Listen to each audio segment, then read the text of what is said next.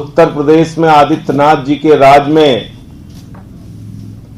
हिंसा, आतंक, गुंडागर्दी, माफियागिरी, महिलाओं के साथ दुष्कर्म, बलात्कार, हत्या, ऐसी घटनाओं की बाढ़ लगी हुई है। और हालत यह है कि बिकरू कांड कोई अभी भूला नहीं है कि किस तरीके से वहां पर पुलिस वालों को घेर के 8 पुलिस के जवानों को शहीद कर दिया गया। पुलिस के 8 जवानों ने अपनी शहादत दी, जिसमें एक सीओ रैंक के अधिकारी भी शामिल थे, स्वर्गीय देवेंद्र मिश्रा जी। और अभी कल जो घटना कासगंज में हुई, यह कहीं ना कहीं इस बात को बताती है कि अगर आप उत्तर प्रदेश में माफिया हैं, गुंडे हैं, बीजेपी के नेता हैं, हत्या करने में आपको एक्सपर्टीज है, बलात्कार करने में आपको महारत हासिल है, तो आपको कोई कुछ बोलने वाला नहीं है। आपके खिलाफ कोई कार्रवाई नहीं होगी, बल्कि आपको गुंडागर्दी और माफियागिरी करने की खुली छूट है। और इस प्रकार की छूट है कि आप पुलिस वालों की भी जान ले सकते हैं, पुलिस वालों की भी हत्या कर सकते हैं।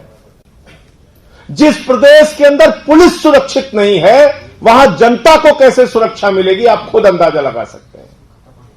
और इसलिए मैं बार बार इस बात को कहता हूं कि उत्तर प्रदेश के आदित्यनाथ जी के राज को जंगल राज कहना भी शायद कम होगा, क्योंकि जंगल का भी कुछ कानून होता है, वहां कोई कानून व्यवस्था नहीं बची। कभी हाथरस में बलात्कार के बाद जिस बच्ची की हत्या कर दी गई, उसको रात में 2 बजे जबरन जला दिया जाता है। कभी 8 पुलिस के जवानों को शहीद कर दिया जाता है। कभी लखीमपुर में मासूम बच्ची के साथ बलात्कार करके उसकी हत्या कर दी जाती है। कभी कानपुर देहात में 6 साल की बच्ची के साथ रेप करके उसका कलेजा निकाल लिया जाता है। यानी हैवानियत की, दरिंदगी की घटनाओं से अखबार और समाचार पत्र भरे पड़े हुए हैं यूपी के अंदर। और ये कासगंज की घटना, शराब माफियाओं के खिलाफ पुलिस कार्रवाई करने जाती है, और शराब माफियाओं का मनोबल देखिए कितना चरम पर है। पीट पीट के पुलिस के जवान को मार देते हैं।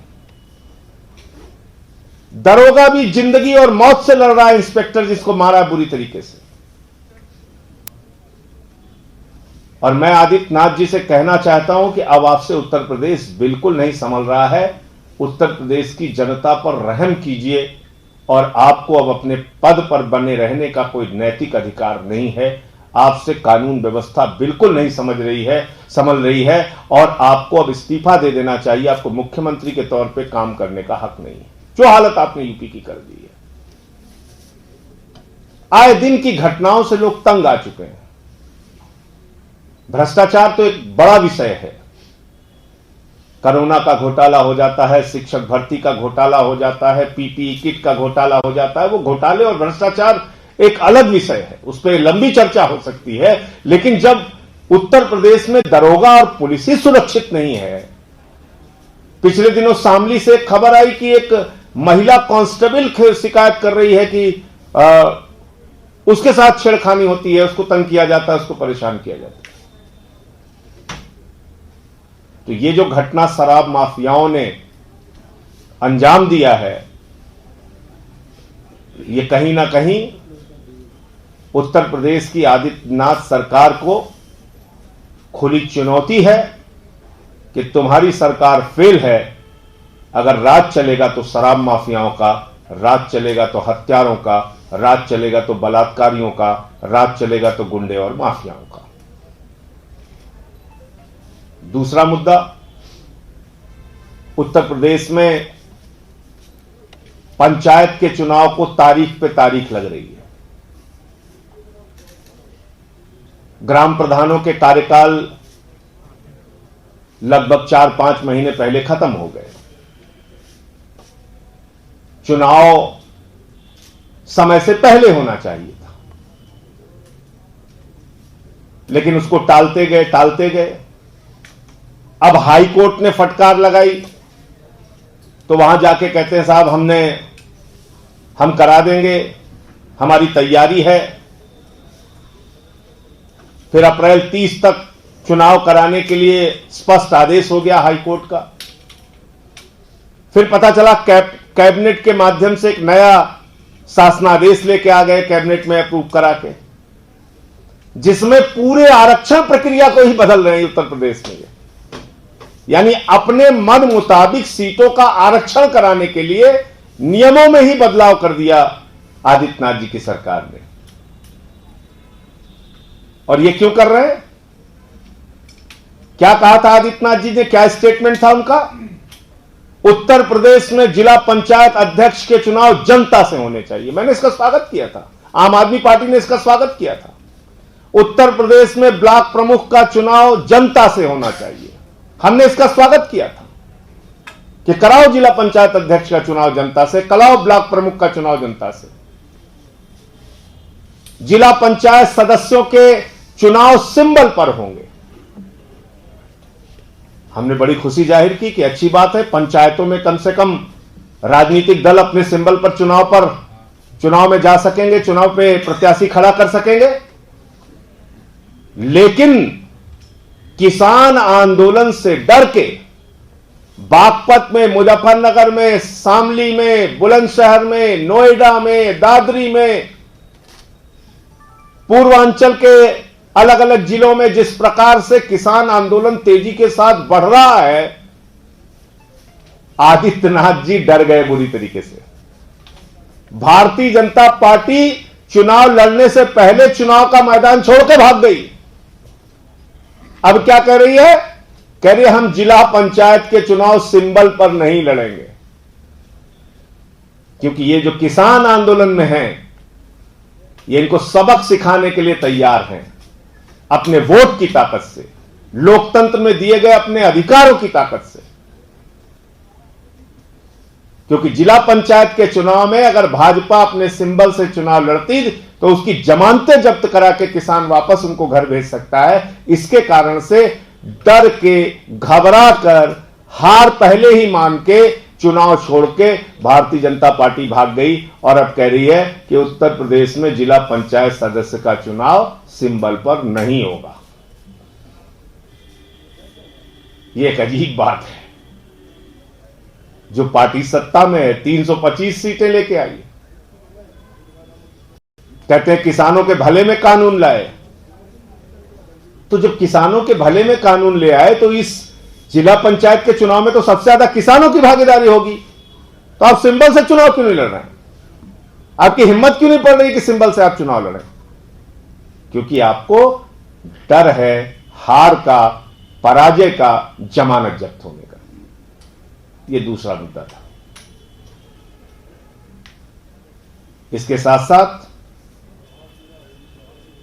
उत्तर प्रदेश में आम आदमी पार्टी का विस्तार दिन प्रतिदिन बढ़ रहा है और पंचायत के चुनाव में हम लोगों की तैयारी हर जिले में युद्ध स्तर पे चल रही है।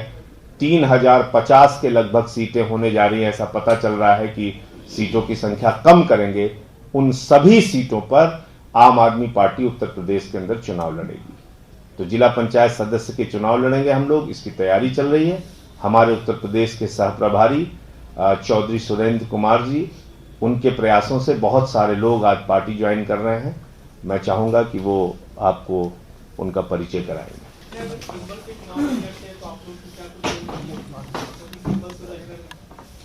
आप बैठे रहो, बुला लेंगे। देखिए, सिंबल पर अगर चुनाव नहीं होता है तो समर्थन देकर चुनाव लड़ाया जाता है। पार्टियां कैंडिडेट्स को समर्थन देती हैं, फिर वही एक रास्ता बचेगा और तो कोई रास्ता बचेगा नहीं। समर्थित उम्मीदवार लड़ाने का ही रास्ता बचेगा।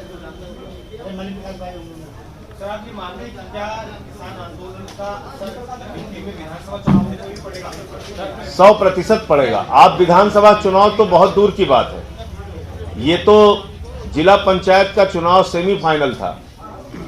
इसमें एक सीट पर कम से कम 60-60, 70-70 हजार मतदाता होते हैं और ये पूरी तरह से ग्रामीण क्षेत्रों का चुनाव होता है। जिला पंचायत का चुनाव, ग्राम प्रधान का चुनाव, बीडीसी का चुनाव। चलिए हमने मान लिया कि आप ग्राम प्रधान और बीडीसी का चुनाव सिंबल पर नहीं कराते, अच्छी बात है। लेकिन जिला पंचायत का सदस्य का चुनाव तो कराने का, सिंबल पर कराने की बात तो खुद योगी आदित्यनाथ जी ने कही थी। आज आदित्यनाथ जी पीछे क्यों भाग रहे हैं? उसकी एक ही वजह जो मैंने आपको बताई, किसान आंदोलन। किसान आंदोलन के डर से भारतीय जनता पार्टी सिंबल पर चुनाव नहीं करा रही है और सिंबल पर चुनाव कराने से डर गई। सर, प्रियंका गांधी जो है आज सहारनपुर गई हैं, उन्होंने शुभंकर देवी मंदिर में पूजा भी की है, वहां पंचायत में हिस्सा लेने जा रही है, किस तरह से देखते हैं? तो इसमें मैं क्या कर सकता हूँ? उनकी अपनी पार्टी है, वो एक पार्टी की नेता है, वो कहीं भी जाए उसमें मैं क्या कर सकता हूँ?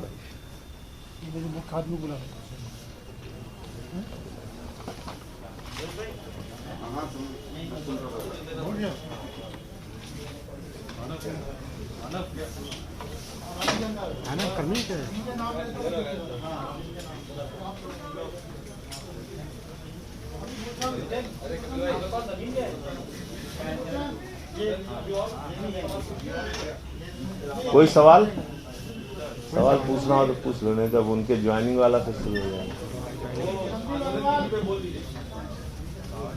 देखिए, प्रधानमंत्री जी ने जो आंदोलनजीवी शब्द का इस्तेमाल किया, मैं समझता हूं उन्होंने हिंदुस्तान के लोकतंत्र का मजाक उड़ाया, भारत के उन महान क्रांतिकारियों का मजाक उड़ाया जिन्होंने अपने अंग्रेजों के खिलाफ आंदोलन से इस मुल्क को आजाद कराया।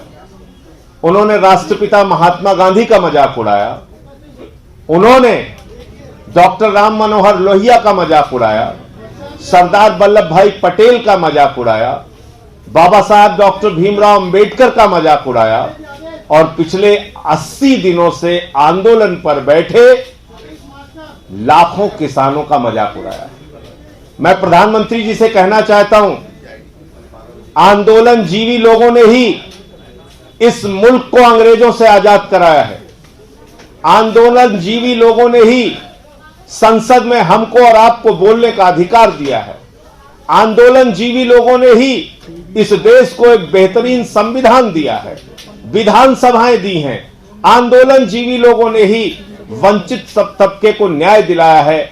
आंदोलनजीवी लोगों ने ही समय समय पर सत्ता के अहंकार और तानाशाही के खिलाफ सड़क पर संघर्ष करके परिवर्तन लाने का काम किया है। इसलिए आंदोलनकारियों का मजाक उड़ाकर बापू से लेके और इन किसान भाइयों तक को जो आपने आंदोलनजीवी कह के मजाक उड़ाया, मैं समझता हूं वो आपकी ओछी मानसिकता को उजागर करता है और प्रधानमंत्री जी को कम से कम अपने पद की गरिमा का ध्यान रखना चाहिए और इस तरह के शब्दों का इस्तेमाल ना करें, क्योंकि खुद 75 में जब इस देश के अंदर आपातकाल लगा तो यही भारतीय जनता पार्टी के तमाम वो नेता जो आज स्वर्गीय हैं, दुनिया में नहीं है और जो आज है भी, 2-2 साल ये लोग जेल में रहे। क्या कर रहे थे आप लोग? तब आपने आंदोलन नहीं किया था आपातकाल के खिलाफ। आप जब सत्ता में नहीं रहते तो आप आंदोलनजीवी होते हैं और जब सत्ता में आते हैं तो भाषणजीवी हो जाते हैं, जुमलाजीवी हो जाते हैं। तो जुमलाजीवी और भाषणजीवी होने से देश का कल्याण नहीं होगा। आंदोलनजीवी लोगों ने ही इस देश की आत्मा को जीवित रखा है और आगे भी जीवित रखेंगे।